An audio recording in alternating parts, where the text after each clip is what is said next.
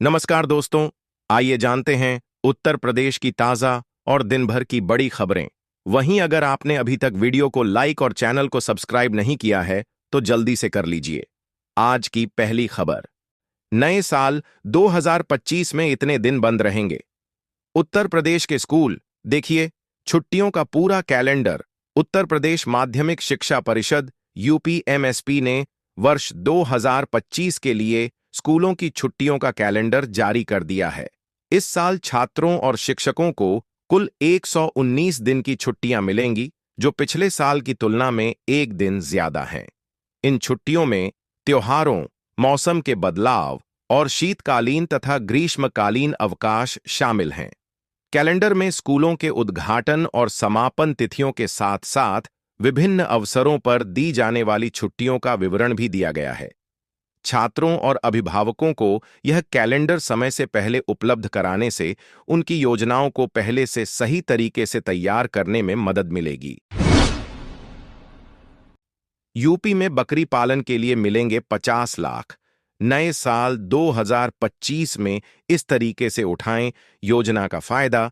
उत्तर प्रदेश में बकरी पालन को बढ़ावा देने के लिए राज्य सरकार ने एक नई पहल शुरू की है। इस योजना के तहत किसानों और उद्यमियों को बकरी पालन के लिए 10 लाख रुपये से लेकर 50 लाख रुपये तक की सब्सिडी दी जाएगी। सरकार का उद्देश्य बकरी पालन को एक लाभकारी व्यवसाय के रूप में बढ़ावा देना है, जिससे ग्रामीण इलाकों में रोजगार के अवसर बढ़ सकें। इसके तहत किसानों को न केवल बकरियों की खरीद, बल्कि उनके पालन, संरक्षण और ब्रीडिंग के लिए भी वित्तीय सहायता प्रदान की जाएगी। इस योजना का लाभ उठाने के लिए इच्छुक किसान संबंधित सरकारी विभागों से जानकारी प्राप्त कर सकते हैं और निर्धारित प्रक्रिया के तहत आवेदन कर सकते हैं। महाकुंभ मेला की शुरुआत से पहले सीएम योगी आदित्यनाथ ने घाट पर खड़े होकर खुद किया। आचमन महाकुंभ 2025 का आयोजन ऐतिहासिक और भव्य होने जा रहा है। उत्तर प्रदेश के मुख्यमंत्री योगी आदित्यनाथ ने 31 दिसंबर को 2024 को प्रयागराज पहुंचकर महाकुंभ की तैयारियों का जायजा लिया। इस दौरान उन्होंने संगम घाट पर खड़े होकर खुद आचमन किया, जो इस धार्मिक आयोजन के महत्व को और भी बढ़ाता है। सीएम योगी आदित्यनाथ ने कुंभ मेले की बेहतर व्यवस्थाओं के लिए अधिकारियों को दिशा निर्देश दिए, ताकि श्रद्धालुओं को किसी भी प्रकार की असुविधा न हो। महाकुंभ 2025 में लाखों श्रद्धालुओं के शामिल होने की उम्मीद है और इसकी तैयारी के तहत कई विकास कार्य चल रहे हैं। यूपी में स्टार्टअप्स को मिलेगी उड़ान। इनोवेशन सेंटर स्थापित करने पर जोर। सीएम योगी मुख्यमंत्री योगी आदित्यनाथ ने सोमवार को यूपी इनोवेशन फंड यूपीआईएफ को लेकर अधिकारियों के साथ बैठक की। उन्होंने कहा कि प्रदेश में स्टार्टअप्स को फंड की कोई कमी नहीं होने दी जाएगी। सीएम ने निर्देश दिए कि प्रदेश की तीनों टेक्निकल यूनिवर्सिटी को इनोवेशन और स्टार्टअप्स से जोड़ा जाए। साथ ही उन्होंने इनोवेशन सेंटर स्थापित करने पर बल दिया, ताकि नई प्रतिभाओं को प्रोत्साहन मिल सके। योगी ने कहा कि इन प्रयासों से प्रदेश में उद्यमिता को बढ़ावा मिलेगा और युवाओं के लिए रोजगार के अवसर सृजित होंगे। यह कदम यूपी को देश के अग्रणी स्टार्टअप हब के रूप में स्थापित करने की दिशा में अहम साबित होगा। संभल की जामा मस्जिद के सामने जिस जमीन पर बन रही पुलिस चौकी, उसका एक अलग ही कागज निकाल लाए ओवैसी। उत्तर प्रदेश के संभल में जामा मस्जिद के सामने बन रही पुलिस चौकी अब एक नए विवाद का केंद्र बन गई है। ऑल इंडिया मजलिस ए इत्तेहादुल मुस्लिमीन AIMIM के अध्यक्ष और हैदराबाद सांसद असदुद्दीन ओवैसी ने इस पुलिस चौकी को लेकर बड़ा दावा किया है। ओवैसी ने कहा कि जिस जमीन पर यह पुलिस चौकी बन रही है, उसका रिकॉर्ड कुछ और ही है और इसके लिए एक अलग कागज सामने लाए।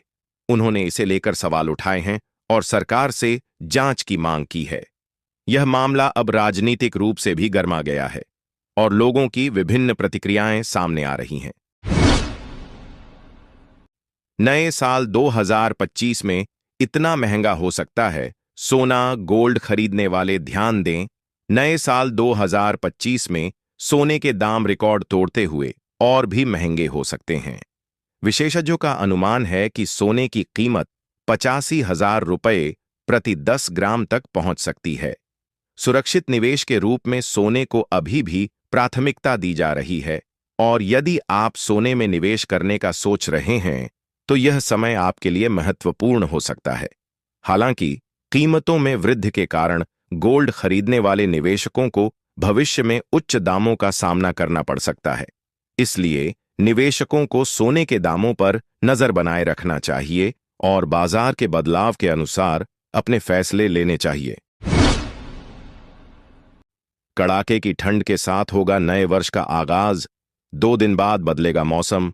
उत्तर प्रदेश में नए साल का आगाज कड़ाके की ठंड के साथ होगा। दिसंबर ने विदाई से पहले प्रदेशवासियों को हाड़ कंपाने वाली सर्दी का एहसास करा दिया। पिछले 3 दिनों से चल रही सर्द पछुआ हवाओं के असर से उत्तर प्रदेश में ठंड का प्रकोप बढ़ चुका है, जिससे हवा में गलन और ठिठुरन बनी हुई है। घने कोहरे के कारण मुरादाबाद में दृश्यता केवल 100 मीटर तक रह गई है, जिससे यातायात प्रभावित हो रहा है। हालांकि मौसम विभाग के मुताबिक अगले 2 दिन में मौसम में बदलाव होने की संभावना है और ठंड में थोड़ी राहत मिल सकती है। जेल में बंदी की मौत। अखिलेश यादव ने परिजनों को भेजी सहायता राशि। दोषियों पर कार्रवाई का भरोसा दिलाया। रायबरेली जेल में बंदी रामदेव उर्फ गुड्डू 38 की मौत के बाद समाजवादी पार्टी के राष्ट्रीय अध्यक्ष और पूर्व मुख्यमंत्री अखिलेश यादव ने पीड़ित परिवार को 1 लाख रुपये की सहायता राशि भेजी है। पीड़ित परिवार को चेक सौंपने के लिए सोमवार को सपा जिलाध्यक्ष वीरेंद्र यादव, हरचंदपुर विधायक राहुल लोधी, बछरावा विधायक श्याम सुंदर समेत कई सपा नेता मोहनपुर मजरे लोदीपुर गांव पहुंचे। इस मौके पर अखिलेश यादव ने आरोपियों के खिलाफ कड़ी कार्रवाई का भरोसा भी दिलाया और मामले की जांच को लेकर सरकार पर दबाव बनाने की बात की। भाजपा के नए प्रदेश अध्यक्ष को लेकर चर्चाएं तेज। इस जाति को मिल सकती हैं तरजीह। बनाए गए 751 मंडल अध्यक्ष। उत्तर प्रदेश में भाजपा के नए प्रदेश अध्यक्ष को लेकर चर्चाएं तेज हो गई हैं। पार्टी ने विधानसभा उपचुनाव में पिछड़ों और दलितों के मिले समर्थन से मिली जीत को देखते हुए संगठन के चुनाव में इन दोनों समुदायों को खास तरजीह दी है। सोमवार को भाजपा के प्रदेश नेतृत्व ने 1819 मंडलों में से 751 मंडल अध्यक्षों की सूची जारी की है, जिसमें पिछड़ी और दलित जाति की भागीदारी पर विशेष ध्यान दिया गया है। हालांकि इस बार कई जिलों में सामान्य जातियों को भी जातीय समीकरण के हिसाब से स्थान दिया गया है। शेष मंडल अध्यक्षों की सूची अगले 2-3 दिनों में जारी होगी और इसके बाद जिलाध्यक्षों के चुनाव की प्रक्रिया शुरू होगी। कोहरे और शीतलहर की चपेट में प्रदेश। मौसम विभाग ने जारी की चेतावनी। इन जिलों में दिखेगा ज्यादा असर। उत्तर प्रदेश में पहाड़ों पर हुई बर्फबारी और पछुआ हवाओं के असर से कड़ाके की सर्दी शुरू हो गई है। मौसम विभाग ने चेतावनी दी है कि अगले 2 से 3 दिनों में अधिकतम तापमान में 4 से 5 डिग्री सेल्सियस की गिरावट हो सकती है। मंगलवार को 50 से ज्यादा जिलों में शीत दिवस, कोल्ड डे जैसी स्थितियां बन सकती हैं और घने कोहरे का असर भी देखा जाएगा। यह मौसम खासतौर पर मुरादाबाद, बरेली, इलाहाबाद, झांसी और आगरा जैसे जिलों में अधिक महसूस किया जाएगा। लोगों को ठंड से बचने के लिए जरूरी एहतियात बरतने की सलाह दी गई है। गौरीशंकर मंदिर की रंगाई पुताई शुरू। 1980 के दंगे में हुई थी पुजारी की हत्या। खुदाई में मिली खंडित मूर्तियां। मुरादाबाद के दौलत बाग इलाके में स्थित प्राचीन गौरीशंकर मंदिर की 44 साल बाद रंगाई पुताई का काम मंगलवार से शुरू हो गया। यह मंदिर 1980 के दंगों के बाद बंद हो गया था, जब दंगाइयों ने मंदिर के पुजारी की हत्या कर दी थी। एक दिन पहले ही मंदिर के गर्भगृह में खोदाई के दौरान शिव परिवार की खंडित मूर्तियां मिलीं। साथ ही 1954 का एक नक्शा भी बरामद हुआ। प्रशासन ने मंदिर को फिर से खोलने की प्रक्रिया तेज कर दी है और रंगाई पुताई का काम शुरू कर दिया है, ताकि श्रद्धालुओं के लिए इसे फिर से खोलने का रास्ता साफ हो सके। कई बार सुर्खियों में रहा बीएचयू। आईआईटी के नाम रही सबसे बड़ी उपलब्धि 2024 में बनारस हिंदू विश्वविद्यालय बीएचयू और आईआईटी बीएचयू कई बार सुर्खियों में रहे, लेकिन सबसे बड़ी उपलब्धि आईआईटी बीएचयू के नाम रही। यहां के कैंपस प्लेसमेंट में एक नया कीर्तिमान स्थापित हुआ जब पहली बार 11 टेक्नोक्रेट्स को 1 करोड़ रुपए से ज्यादा का ऑफर मिला। इनमें से सबसे बड़ा पैकेज 1,65,50,000 रुपए तक गया। पहले फेज में 289 कंपनियों द्वारा 1,010 छात्र छात्राओं का कैंपस प्लेसमेंट किया गया, जो संस्थान की सफलता को और भी प्रमुख बनाता है। महाकुंभ में देश भर के मेडिकल संस्थानों का संगम, श्रद्धालुओं के इलाज के लिए स्पेशल डॉक्टर। महाकुंभ के दौरान श्रद्धालुओं को स्वास्थ्य संबंधी किसी भी समस्या का तुरंत समाधान उपलब्ध कराने के लिए देश भर के प्रमुख मेडिकल संस्थान जुट गए हैं। इन संस्थानों में ओपीडी से लेकर भर्ती तक की सुविधाएं उपलब्ध कराई जा रही हैं।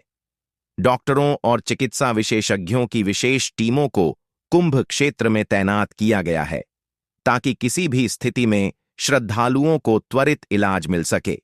इसके अलावा मेडिकल कैंपों और मोबाइल यूनिट्स के माध्यम से स्वास्थ्य सेवाएं प्रदान की जा रही हैं।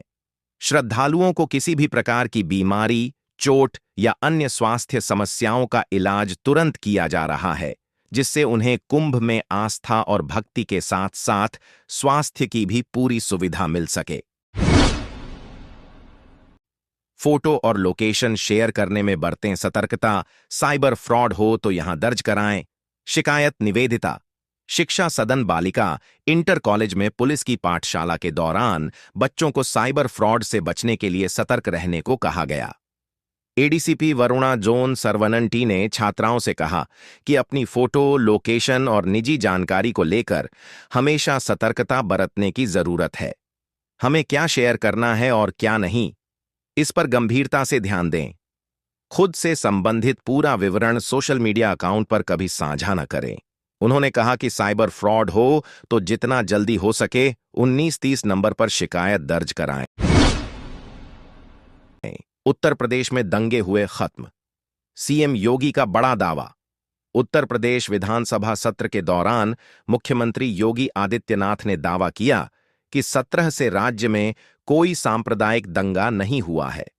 उन्होंने आंकड़ों का हवाला देते हुए कहा कि 2012 से 2017 के बीच समाजवादी पार्टी की सरकार के दौरान 815 सांप्रदायिक दंगे हुए थे। योगी सरकार के कार्यकाल में यह आंकड़ा 97% से 99% तक घट गया है। मुख्यमंत्री ने इसे अपनी सरकार की कानून व्यवस्था और सख्त प्रशासन का परिणाम बताया। उन्होंने कहा कि राज्य में शांति और सौहार्द बनाए रखने के लिए उनकी सरकार ने ठोस कदम उठाए हैं। योगी के इस दावे को विपक्ष ने चुनौती दी, लेकिन आंकड़ों ने सरकार की उपलब्धियों को रेखांकित किया। सौर ऊर्जा से जगमगाएंगे लखनऊ मंडल के 35 रेलवे स्टेशन। पूर्वोत्तर रेलवे लखनऊ मंडल ने पर्यावरण संरक्षण और ऊर्जा बचत की दिशा में बड़ा कदम उठाया है। मंडल के सभी 35 रेलवे स्टेशन, कॉलोनियों और क्रॉसिंग को सौर ऊर्जा से रोशन किया जाएगा। इस पहल से न केवल हर साल करीब 1,82,00,000 रुपए की बिजली खर्च में बचत होगी, बल्कि पर्यावरण संरक्षण को भी बढ़ावा मिलेगा। रेलवे प्रशासन ने इसे हरित ऊर्जा की दिशा में महत्वपूर्ण पहल बताते हुए कहा कि यह कदम भविष्य में ऊर्जा संसाधनों के सतत विकास के लिए मददगार साबित होगा। सौर ऊर्जा के उपयोग से रेलवे की लागत में कमी और पर्यावरण के प्रति जिम्मेदारी का परिचय मिलता है। नवंबर 2025 के बाद कानपुर की सड़कों पर दौड़ेंगी केवल इलेक्ट्रिक बसें। कानपुर शहर में सीएनजी बसों का संचालन नवंबर 2025 के बाद बंद कर दिया जाएगा। Kanpur city transport corporation limited KCTCL ने पुरानी सीएनजी बसों की जगह इलेक्ट्रिक बसें चलाने की योजना बनाई है। विभाग ने 141 नई इलेक्ट्रिक बसों का प्रस्ताव मुख्यालय को भेजा है। संभावना है कि कुंभ मेले के बाद ये बसें शहर को मिलेंगी।